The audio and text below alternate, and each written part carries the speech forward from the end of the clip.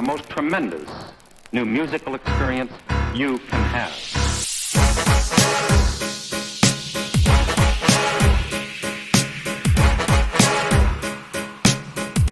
Hey yo, what's up y'all? It's Logan, and I'm here just bringing you to my weekly podcast for the week of 10/24/2019. That is correct. Today is the 24th.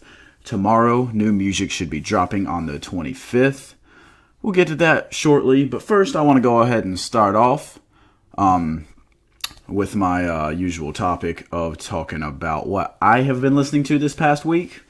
So this past week has been an interesting one. It's been one that doesn't come up very often in the fact that, one, no new music dropped last week, really. I mean, I didn't really feel like checking out Gucci Mane's 101st project or whatever. He's over 100 now anyways.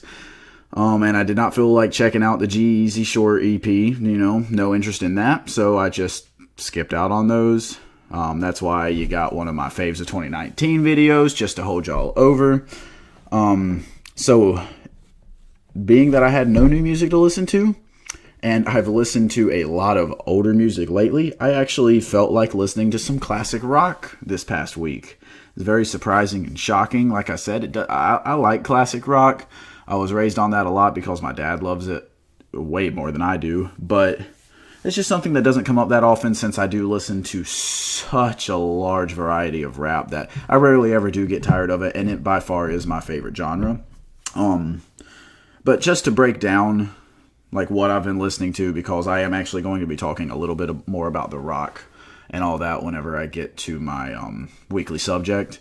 But just to break down like the albums I've been listening to a little bit of Metallica, mainly Kill 'Em All. My favorite song by Metallica is on that album, The Four Horsemen, great song. I actually was just listening to Hot Red Chili Peppers.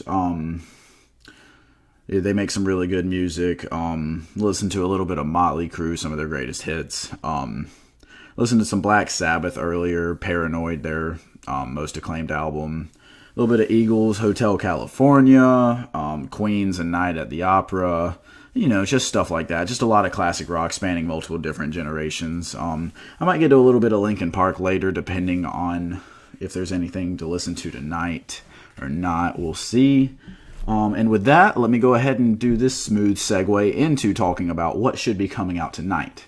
So tonight is a lot like last week in the fact that there's only one project coming out that I'm really interested in, and let's be real, we don't know if it's really dropping.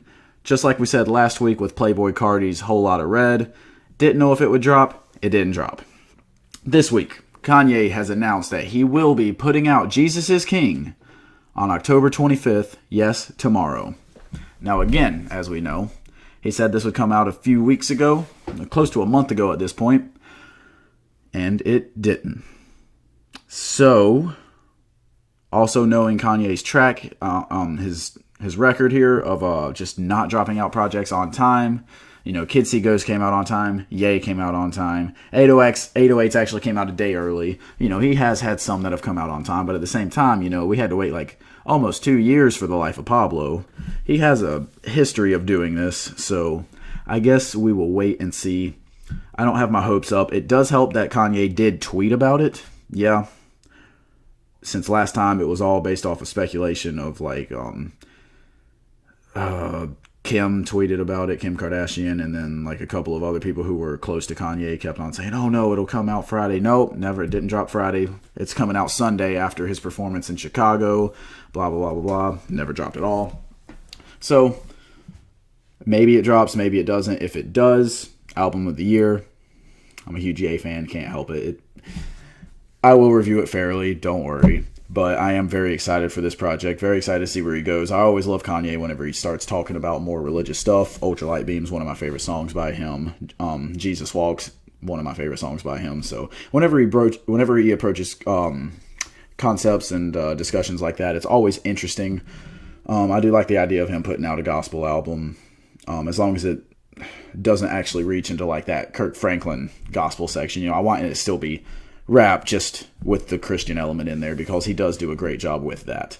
With that being said, nothing else is really coming out that I'm that interested in, so If that doesn't drop, expect another Faves of 2019 video. Even if it does drop, I'll try to get one out. I do have an exam next week, but it's not an inherently difficult one, I don't think.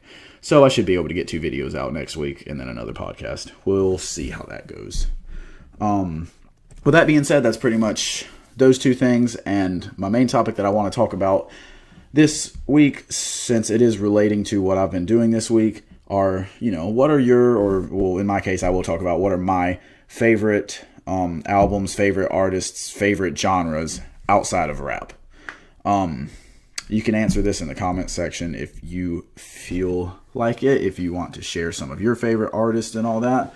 But for me, first, I guess I'll talk about the genres. So my favorite genre outside of rap is generally R&B, although classic rock, rock in general, I guess, but mainly classic rock, does give it some competition, but I do have to go with R&B. I love Frank Ocean, puts out great music, always an amazing artist.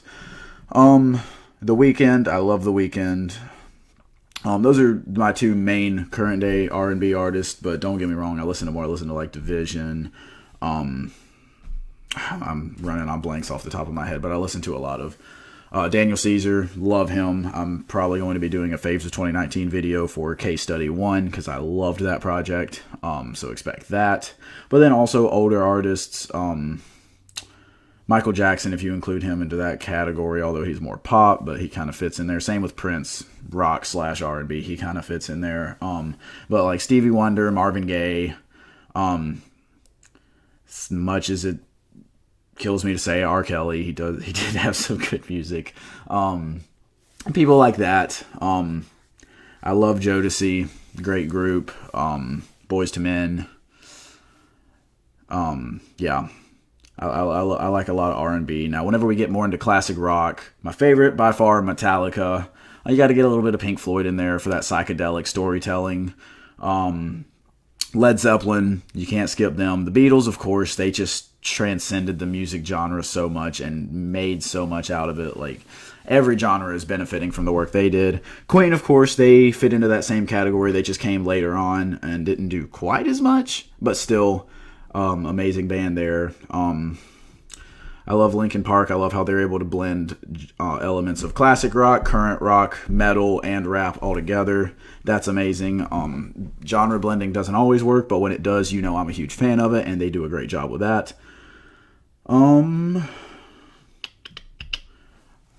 Yeah, I really do enjoy the times where I get to go out of my comfort zone and listen to stuff that isn't rap. If for nothing else, just because it gives me a better respect for music as a whole. There are different elements of different genres that bring different things to the table. And listening to other genres generally does give you a better appreciation for what you love the most, especially if it is rap, because rap blends genres together better than any other genre does by far. Whenever you listen to rock and then you go back to your favorite genre and you're like, hey, let me listen to some Tech Nine, you can just see so many elements of how that influenced him, and especially if you listen to metal. If you listen to R&B, you can hear how that's obviously influenced people like Drake. Even if you go into J. Cole, it kind of gets there on him too. Just people like that. It's really fun to see how they blend all that together. You listen to classic jazz. I'm not saying I'm a huge person who's going to go back and listen to some jazz, but every once in a while I might be like, hey, let me just get a little bit more cultured here. Listen to some, I don't know, like some Coltrane or stuff like that. You start listening to that and you're like, oh my God, I heard that on To Pimp a Butterfly. It's a really good time there where you can just expand your taste and then realize where some of your artists are taking their inspiration from. Because not all of their inspiration comes strictly from former rappers.